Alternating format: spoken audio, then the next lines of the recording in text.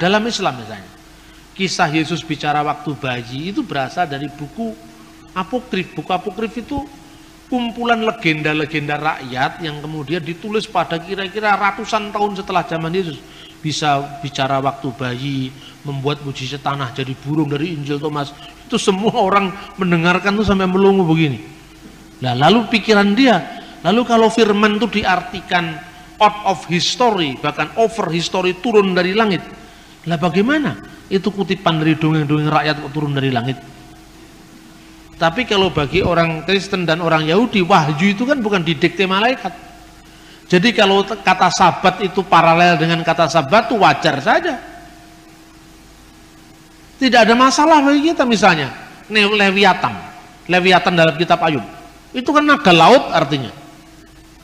Apa berarti bahwa orang Kristen mengakui tentang eksistensi binatang legendaris tentang naga laut? Tidak. Tetapi itu bahasa sudah diserap menjadi bahasa Ibrani. Aspek mitologinya sudah hilang. Contohnya misalnya Lukas pasal 1 ayat 78. Surya pagi datang dari tempat yang maha tinggi. Anda pernah membayangkan ketika membaca Lukas pasal 1 ayat 79, itu yang Anda bayangkan adalah Bathara Surya, bapaknya Adipati Karno? Tidak, tapi karena kata surya sudah diserap dalam bahasa Indonesia, sudah mengalami demitologisasi, bukan mitos yang dialihkan, tapi bahasa atau istilahnya. Bagi orang Kristen memahami yang seperti tidak terlalu sulit. Karena apa? Wahyu bagi kita tidak turun dari langit, tapi wahyu itu menyejarah. Bagaimana hubungan Injil dengan kebudayaan? Kalau bagi Islam, Quran itu bukan hasil budaya. Kalau Injil, bahasa yang untuk menulis Injil itu hasil budaya. Tapi pesan-pesan teologisnya itu dari surga. Surga kan tidak ada bahasa tertentu. Bahasa yang dipakai oleh kitab Injil, Taurat, semua kan bahasa manusia. Terus saya mau tunjukkan bahwa ada kontekstualisasi yang sangat indah antara budaya lokal dengan pesan-pesan ilahi. Contohnya, Alkitab sering menyindir dengan bahasa-bahasa plesetan.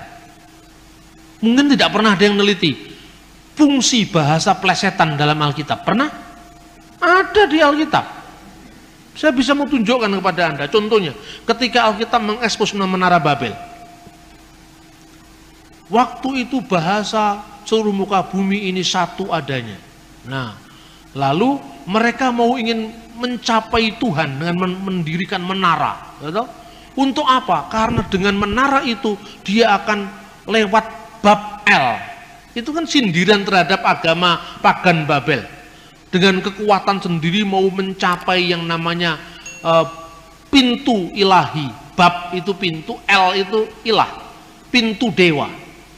Nah, manusia sudah membangun menara itu, akhirnya oleh Tuhan diporak-porandakan dengan pluralisme bahasa. Akhirnya mereka kacau balau, bukan Babel yang didapat, tapi Balel yang didapat. Balel itu plesetan dari Babel, artinya kacau balau. Katanya Babel, nyatanya Balel. Katanya mau mencapai pintu ilahi, ternyata kekacauan. Itu kan sama dengan parian bahasa Jawa. Jari ini bulah kok ireng, jari ini sekolah kok meteng. Hubungan antara eng itu ada, l itu ada, itu sebetulnya ada dalam budaya Alkitab. Ini kan menarik. Ayo, pernah kehabisan bahan untuk ngomong budaya? Tidak pernah. Karena Alkitab ini sangat kaya dengan itu.